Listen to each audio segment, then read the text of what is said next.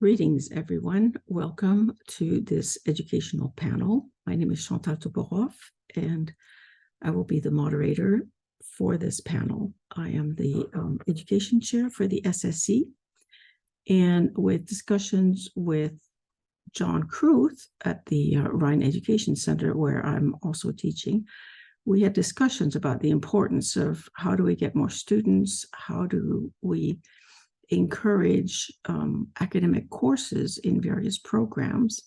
And so we thought that we would put this panel together in order to start the dialogue and see what we can do.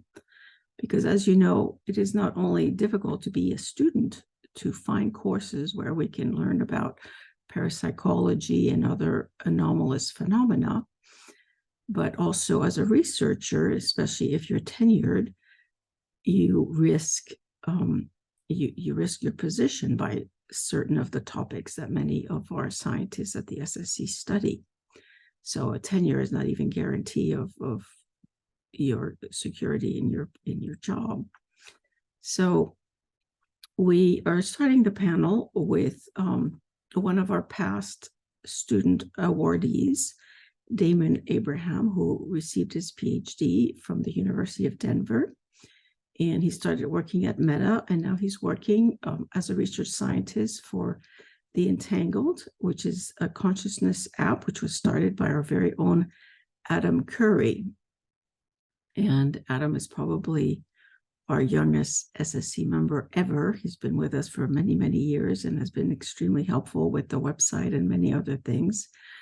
And I'm really glad that Damon and Adam were able to connect and are working professionally together now. We've had another student member. I know Damon had a lot of problems, and our recent student awardee, Deborah Ovenberg, also has a lot of issues in completing her PhD because there's just not a lot of courses and advisors out there to really help people that are starting to want to develop formal careers in the types of fields of SSC study.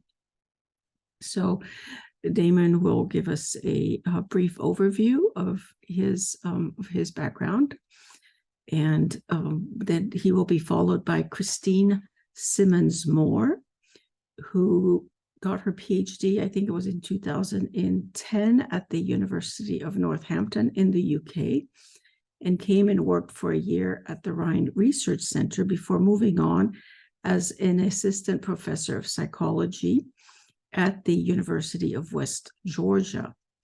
And there she teaches many parapsychological type topics, which is wonderful. And she'll explain the types of degree programs that they have at her university. Last but not least, we will have John Kruth, who is the executive director of the Rhine Research Center and also its educational center. And he's been there since 2009, really forging through and providing courses for students who have a true hunger to understand better the phenomena that we here at SSC embrace so fully. And this is how John and I were just talking about this since I'm retired. I was in the research aerospace arena doing very high-tech stuff. And I was also, during my career, teaching engineering at UCLA and other universities. And then I also was teaching environmental science. But as I became an SSC member in 2004, and I started learning about all these topics, I too realized that, oh my gosh, I've learned all this stuff, best education, PhD at UCLA, blah, blah, blah, in engineering, but this is the real knowledge. And so it's so important for us to really develop the substrate so that we can start to nucleate points at various universities where these types of topics can be more formally studied and go into professional avenues. So without further ado, let's start our panel with the three presenters. Thank you very much for your attention. Hi, my name is Damon Abraham, and I am a psychology PhD and research scientist and former adjunct professor. I really appreciate the opportunity to be part of this panel discussion on parapsychology and education. When I was in academia, I had the opportunity to teach courses in psychology, in cognitive psychology, social psychology, as well as research methods. Obviously, topics related to parapsychology are pretty taboo inside of these traditional academic settings. However, I've always made an effort to at least plant some seeds wherever I can. And one way I found to be really effective at doing this was through a basic introductory discussion on the philosophy of science. So in this class, we would have a lecture period discussing the philosophy of science and just give students a really brief primer. We would discuss topics such as what is science, and talk about the traditional scientific method, or what's conceived of as a scientific method as this data theory cycle, but also get into discussion as to why this alone might be an insufficient qualifier as to what is scientific and what is not. We would discuss the nature of skepticism and try to differentiate between healthy skepticism and this more James Randian style of debunker type of skepticism. And ultimately, I was trying to drive students to ask themselves the question of whether or not they were prepared to question their own fundamental assumptions, particularly when it came to their models of reality or their understanding of how nature really works. So the really fun approach that I took to this was to, on the day before the discussion, to have the students conduct a little survey.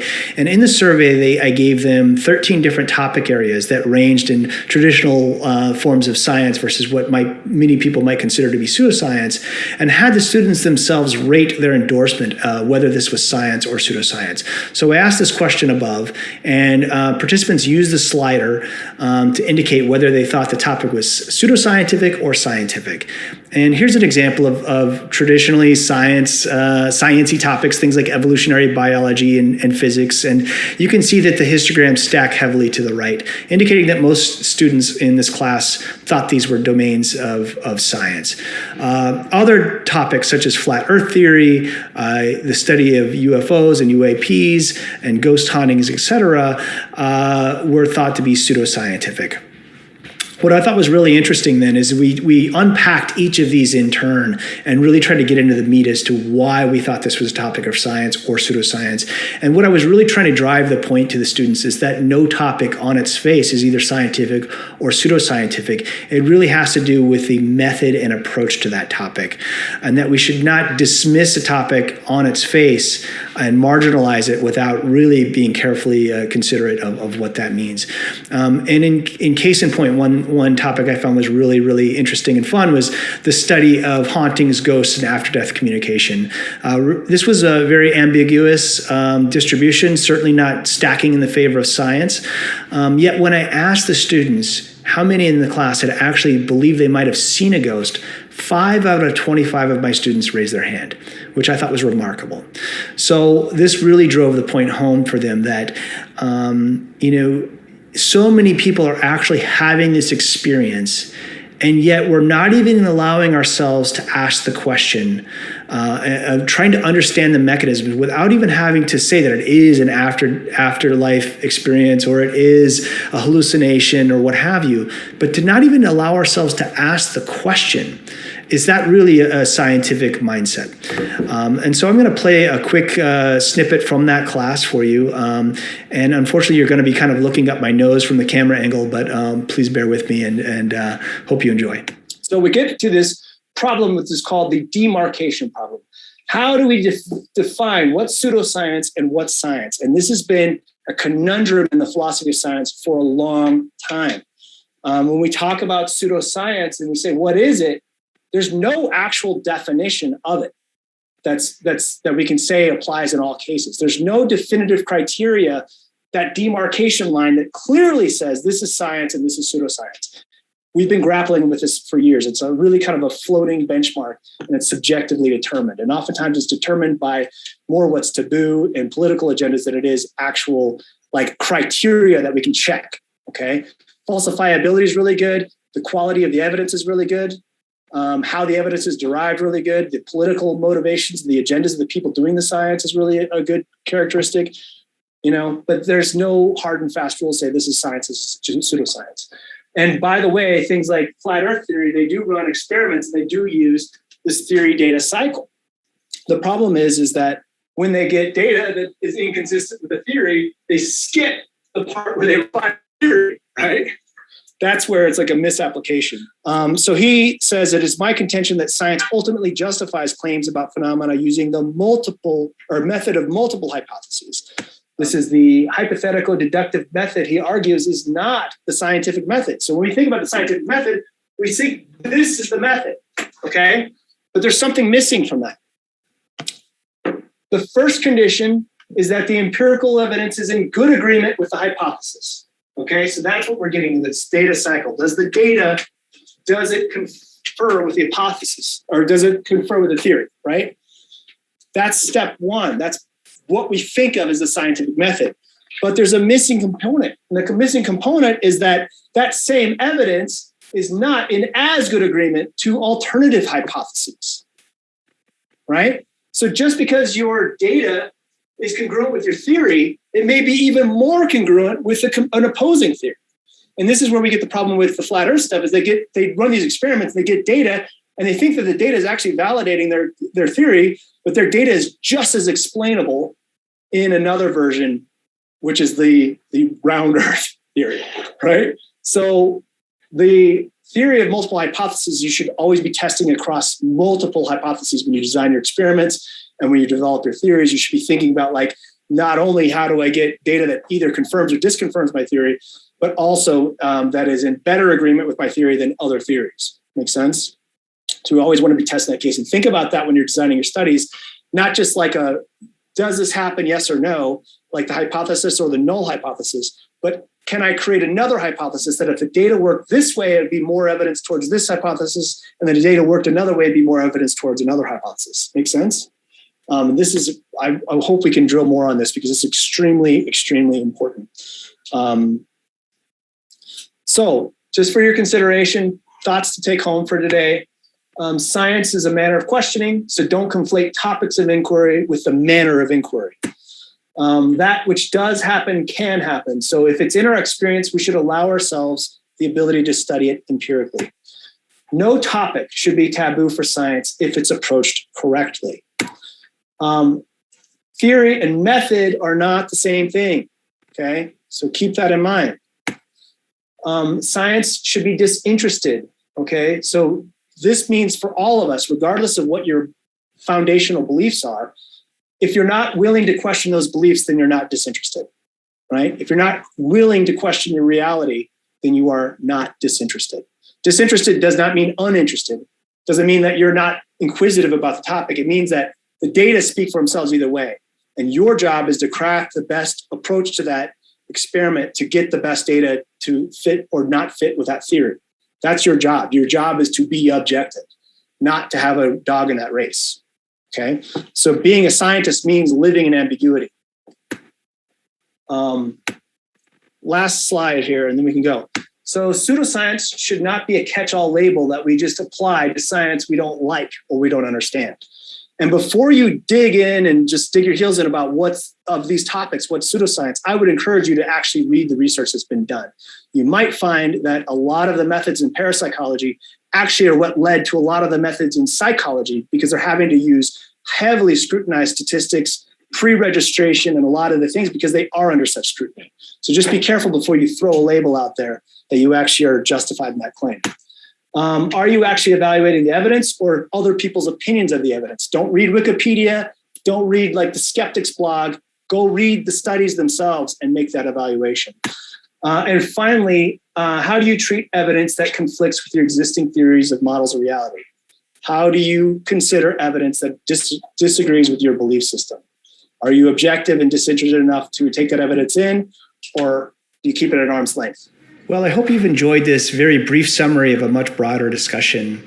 I aim to impart on my students an appreciation for the open-minded disposition that I feel is at the heart of good science. And when it comes to topics such as parapsychology, that these are not inherently within the domain of woo or garbage pseudoscience, but that the student can in fact remain skeptical and discerning while simultaneously being curious and open to new possibilities. I want to thank you for your time, and I want to show my appreciation to the SSE for hosting this panel. Thanks. I'm Christine Simmonds-Moore, and I'm currently a professor of psychology at the University of West Georgia, where I'm very fortunate to be able to teach courses on parapsychology at all three of our academic levels, so at undergraduate level, at master's level, and at PhD level. And I'm going to talk to you for a few moments about the need for good quality education in parapsychology and the value of university education in parapsychology, because I feel like it's really important that we are educating our future researchers and thinkers in parapsychology and consciousness studies. So I'll say a little bit about my own journey, and then a little bit about what we're doing here at the University of West Georgia as we move forward. So this is Melson Hall, and this is where psychology is housed. So within the psychology building, we have a very tiny little lab where I've done a lot of research in parapsychology since I moved here in 2011. And we actually set up a research group in 2020 called the Exceptional Experiences Research Lab that sometimes uses this physical space as well, but it's bigger than the physical space. So that is something that we are doing here as well. So my own journey here took me, well, from the UK to the US via the Rhine Research Center and eventually ending up here. I first got inspired myself into parapsychology because I did my undergraduate research project in psychology on the hypnagogic state of consciousness in between wakefulness and sleep, and discovered that this is a really rich time for parapsychological experiences, and really wanted to dig a little bit deeper. At the time, I don't think it was as easy to discover much about parapsychology. I felt that parapsychology wasn't really a legitimate academic discipline because I didn't see textbooks on it. I didn't have classes on it. I was lucky that at some point after I'd left my undergraduate degree, I discovered an evening class on parapsychology. And I took that evening class and was encouraged to pursue my PhD in parapsychology, and was introduced to the group up at Edinburgh in the UK, which has been a centre for parapsychology in the UK. So that's the Kersler Chair of Parapsychology at Edinburgh University. That's currently led by Professor Caroline Watt. And at the time when I was first getting interested in parapsychology, Professor Bob Morris was the Kersler Chair. Now, he was a wonderful man and gave me some great advice as I was entering my own career into parapsychology. And he really told me that it was important to be balanced and to do something normal as well as parapsychological in your studies. And the reasons for that, well, there's several reasons for that. One of them is practical, to train experts in psychology who also have an interest in parapsychology, and to therefore basically have qualified psychology professors who can then go and get jobs in universities and maybe sneak in some parapsychology into the academic studies. And that has been happening a little bit in the UK.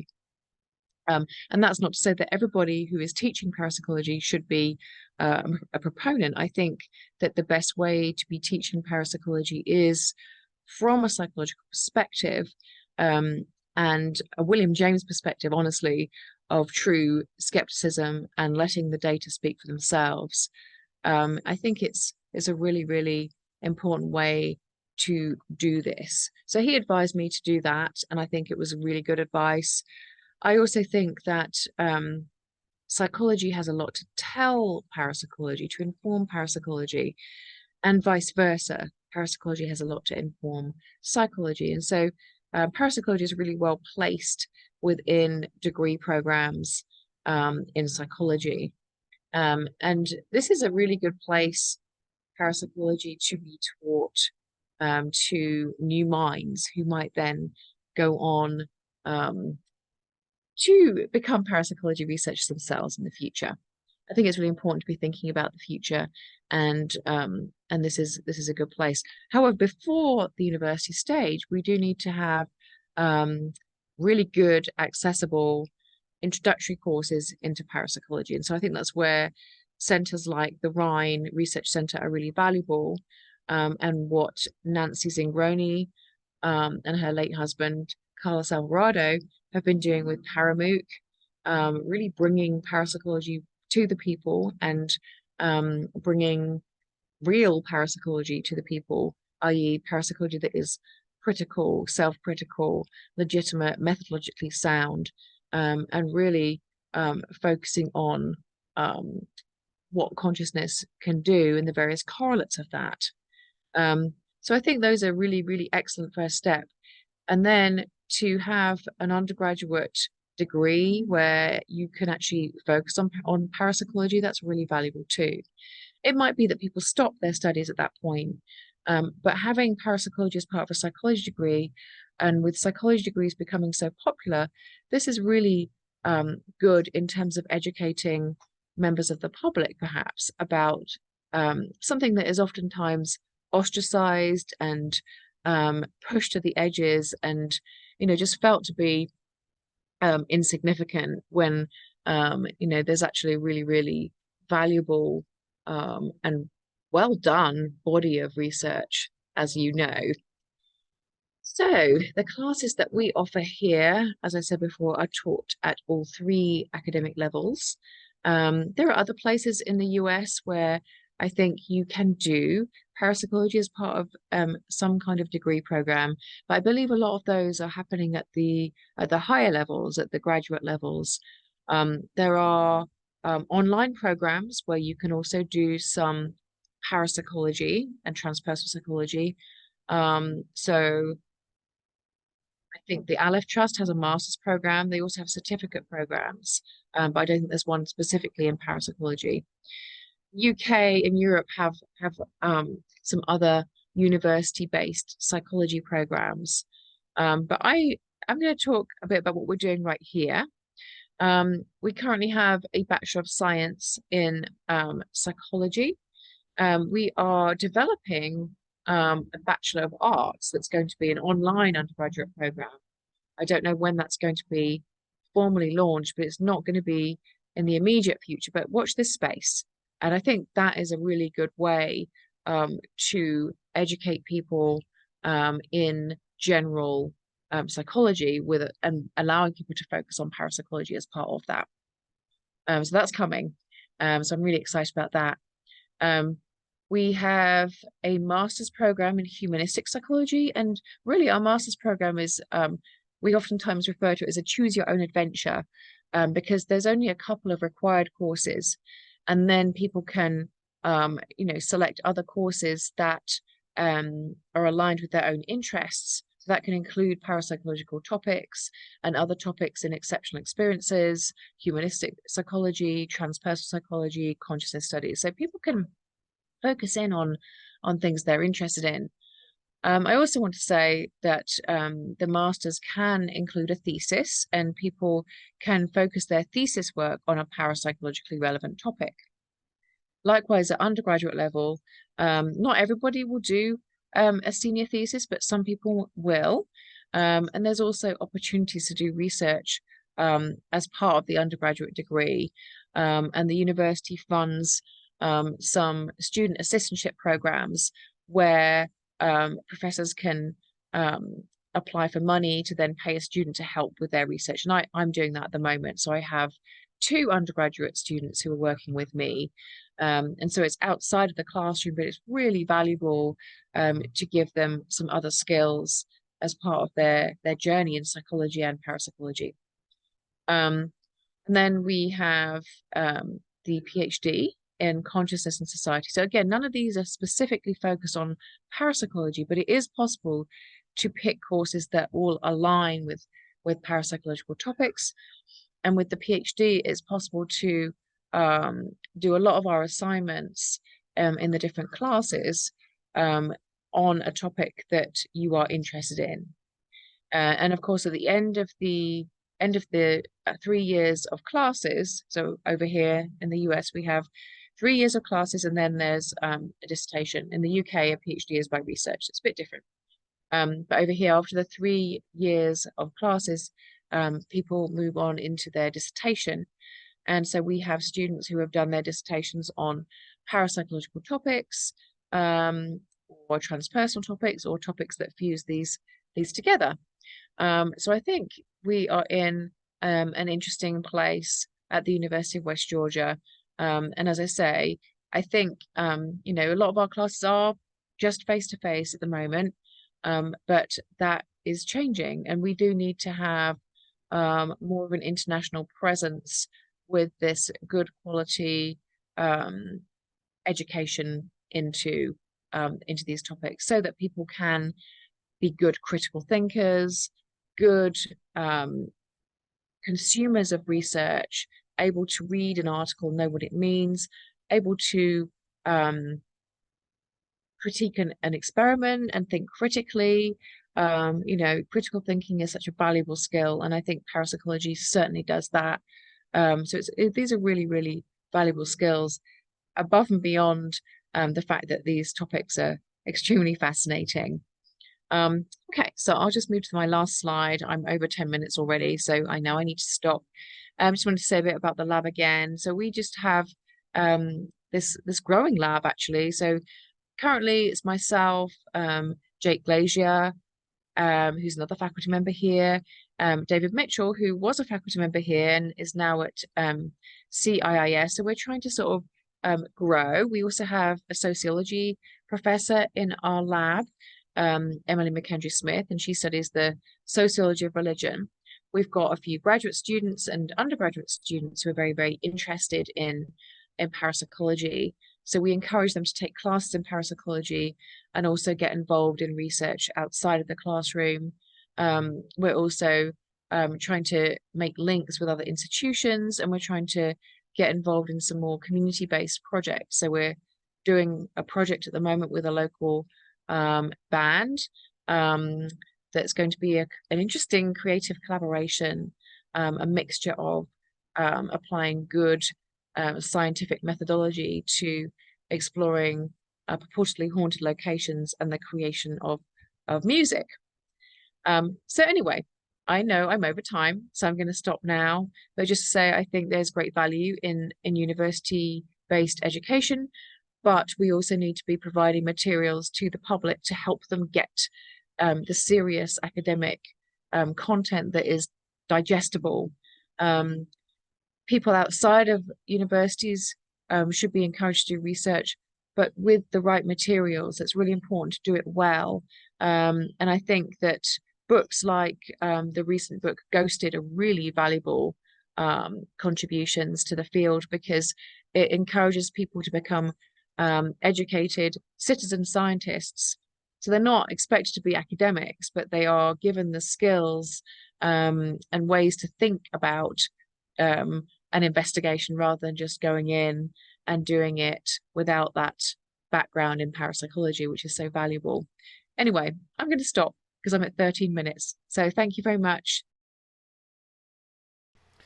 In 2010, Christine Simmonds-Moore and I were at the Rhine Research Center, and we were discussing how few younger people were coming into the field of parapsychology. We realized that we needed to create a school or have some classes that would help younger people to learn not how to be psychic, but how to study parapsychology as a science. Christine had a background and a PhD in education and in parapsychology, and I had a technology background. Together, we considered ways that we could create courses online to reach the largest number of people. We knew that people coming to the Rhine would be a great opportunity, but it would be limited, and there would be very few people would have the time to come. A few months later, we created the Rhine Education Center. In 2011, in March, we had our first course, Introduction to Parapsychology, which Christine had designed. And we developed the school around this course. For the first year or so, it was only that course and some other auxiliary courses that we thought might interest people and draw them into the science. But within a couple years, we had expanded. We had incorporated in courses on field investigations, courses on consciousness studies, and other courses related to ESP and the science of ESP. How did we do this? Well, Christine and I sat down for the initial course, and then afterwards, I consulted with a number of the luminaries in the field, specifically people like Stan Krippner, Jim Carpenter, Sally Rhine Feather, and Chris Rowe, and we discussed what would make a great program for parapsychologists to study. We determined the first thing is they needed to understand research. And that's standard across all different fields, not just parapsychology. But besides this, we knew that there were specific topics related to parapsychology that needed to be covered as well. Within a couple of years, we had created a full curriculum and certificate programs around the scientific parapsychology, around field investigations, and around some other topics that were auxiliary to these. These were great, and it was a great way to get the school started. Lloyd Auerbach joined us, and Lloyd, having such a strong background in field investigations, and also having such a strong background in education and online technologies, was a great addition to the school. Just before the pandemic hit in 2020, we redesigned the entire school. We had previously had a series of courses, and from those courses you could pick and choose to create certificates. Well, we have now expanded the school into 3 different schools. One is the School of Consciousness Studies, which includes studies of parapsychology and also other studies related to consciousness, like survival. We also have a School of Applied Sciences. How do we take this information that we use, that we know, things that we've learned in a lab, how do we apply it in our daily lives? It includes things like remote viewing, out-of-body experiences, field investigations, how to perform field investigations in a scientific manner, and other practical ways to develop your own abilities to experience psi. What are the best ways to do it? These are great complements to each other, having the scientific work and having ways that we can also help people to develop their own skills. But there was something missing. And around that time, Chantal Toporow had begun teaching with us as well, and we discussed adding a liberal arts program, something related to creative sciences.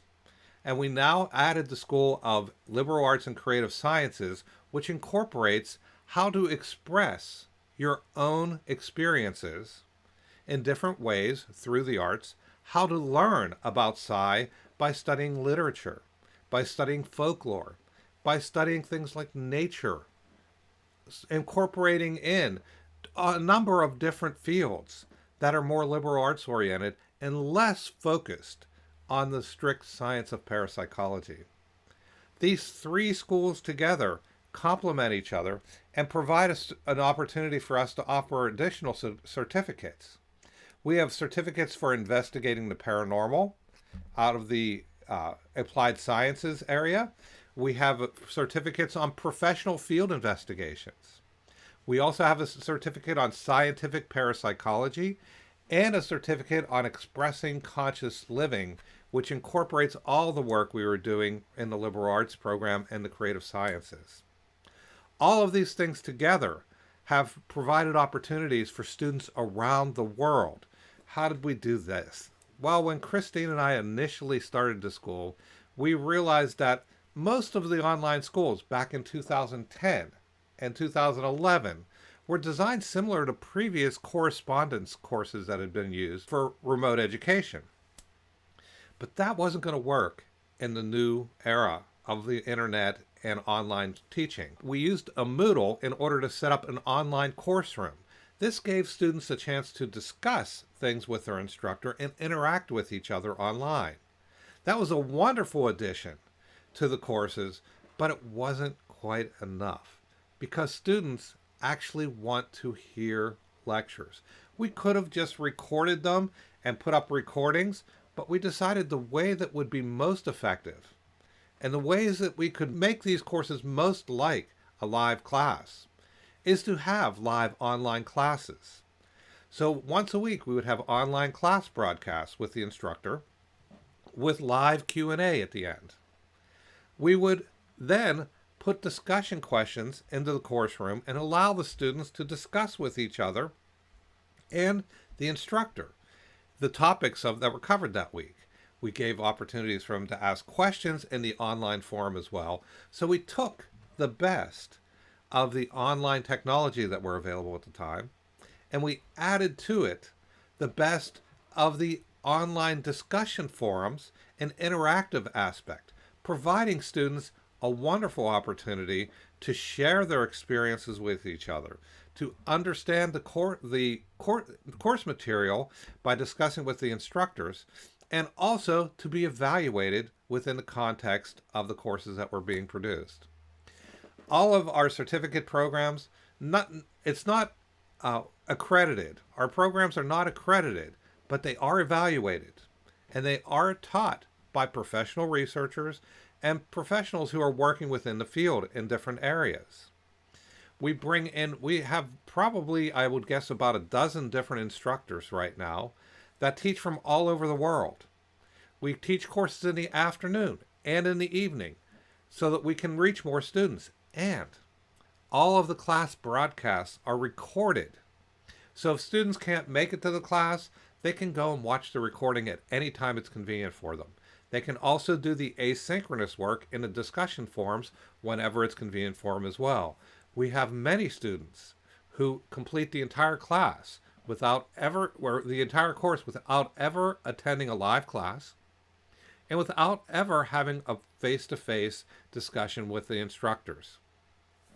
It's very convenient, especially for people who have jobs and who have busy lives, and for those in different time zones around the world. Our courses now, we're offering between 5 and 6 courses every quarter, 4 times a year. And we have between 80 and 100 students each quarter. Now, I have to say that a lot of this took off during 2020 when everyone in the world became familiar with Zoom. Before this, we were using technologies that were less available to people. It was more expensive as well, but we had to train them on how to use the technology. Now with Zoom, people are much more familiar. The Moodle has developed and we have modified it based on student feedback. For each course that we teach, we have student evaluations. They evaluate the material, they evaluate the instructor, they evaluate the interface, they evaluate everything that we offer to them about the course, and we give them an opportunity to provide feedback on whatever they think would improve the courses.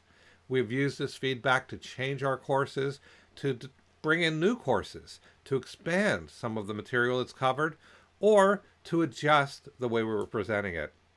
All of this has now become the Rhine Education Center, and we've been in operation now since 2011, and we hope to be in operation for quite a few years more.